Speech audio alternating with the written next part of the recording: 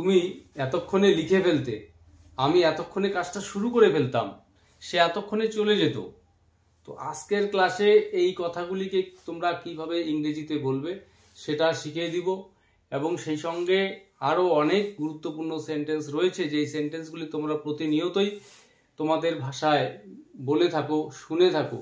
তো এইরকম কিছু সেন্টেন্স নিয়েই আজকের আমার এই ক্লাস।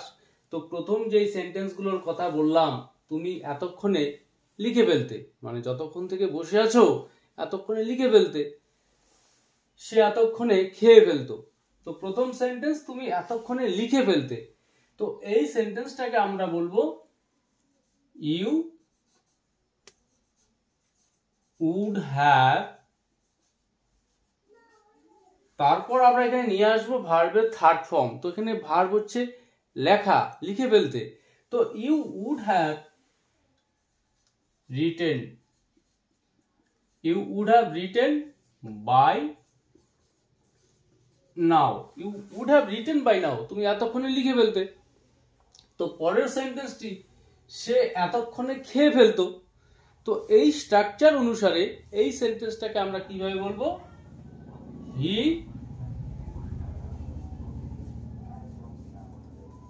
উড হ্যাভ, এখানে ভার্ব খেয়ে নেওয়া ইট, তো থার্ড ফর্ম নিয়ে আসবো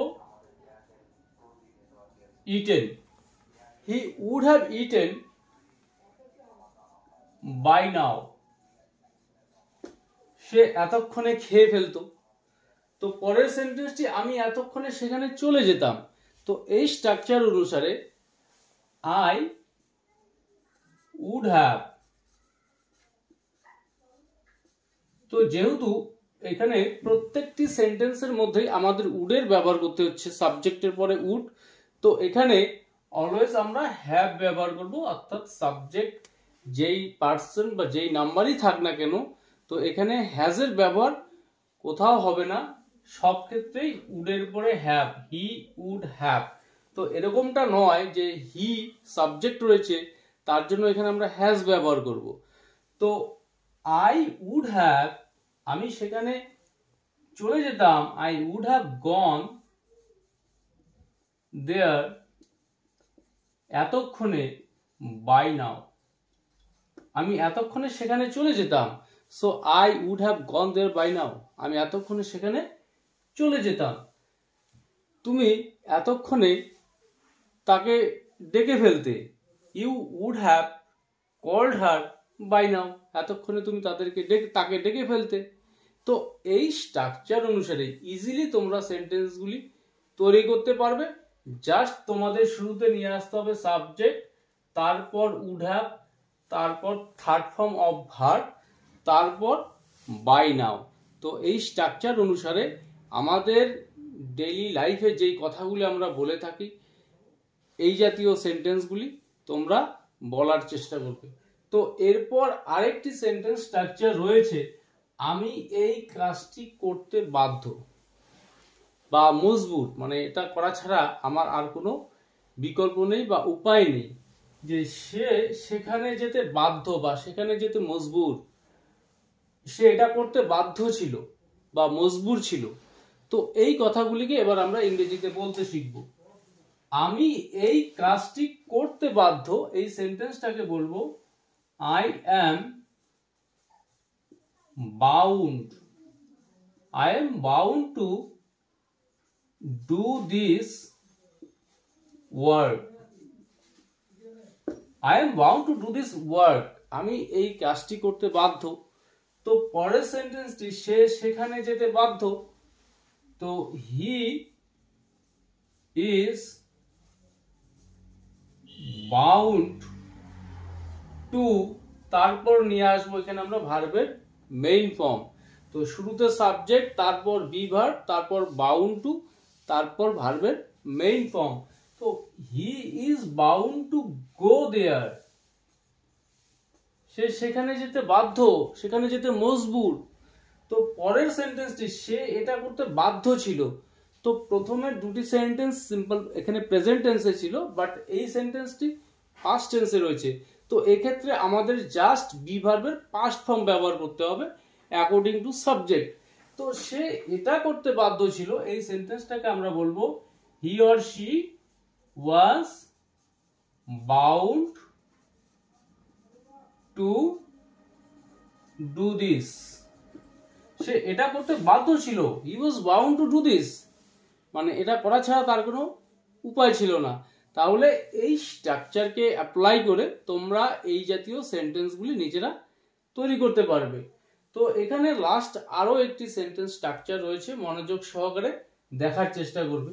যে জট পাকাবে না, যে জট পাকাচ্ছ কেন, মানে একটা ঝামেলা তৈরি করছো কেন, যে সে জট পাকিয়েছে মানে একটা ঝামেলা তৈরি করে ফেলেছে। তো এই কথাগুলিও আমরা প্রচুর বলে থাকি। তো জট পাকাবে না এই সেন্টেন্সটাকে আমরা বলবো don't get tangled up. Don't get tangled up অর্থাৎ জট পাকাবে না। তো পরের সেন্টেন্সটি জট পাকাচ্ছ কেন, তো এই জট পাকানো এর যে ইংরেজি গেট ট্যাঙ্গলড আপ, এটাকে আমরা যে কোনো সেন্টেন্সে ব্যবহার করে সেন্টেন্স তৈরি করতে পারবো।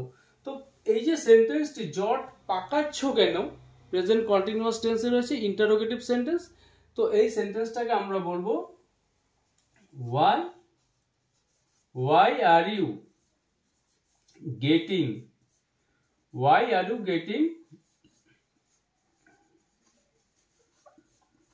tangled up,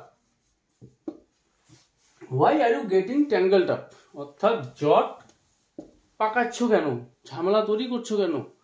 তো পরের সেন্টেন্সটি সে জট পাকিয়েছে, মানে অলরেডি জট পাকিয়ে ফেলেছে, তো প্রেজেন্ট পারফেক্ট টেন্সে রয়েছে। তো এই সেন্টেন্সটাকে আমরা বলবো he or she has got.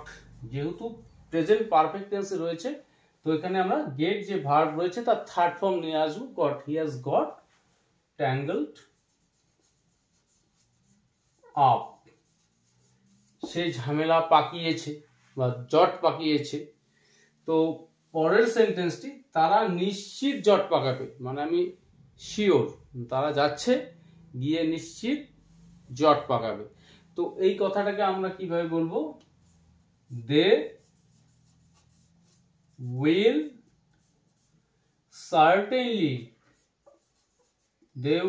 Certainly get tangled up, they will certainly get tangled up, তারা নিশ্চিত জট পাকাবে। তো আজকের ক্লাসে এই যে তিনটে সেন্টেন্স স্ট্রাকচার তোমাদেরকে শেখালাম, এই সেন্টেন্সগুলি তোমাদের স্পোকেন ইংলিশের জন্য খুবই হেল্পফুল হবে। তো এই সেন্টেন্সগুলি বুঝতে কোনো প্রকার অসুবিধা হলে তোমরা অবশ্যই কমেন্ট করে জানাবে। আর ক্লাসটি ভালো লেগে থাকলে এই ভিডিওটিতে একটি লাইক, কমেন্ট বা ভিডিওটি শেয়ার করতে একদম ভুলবে না।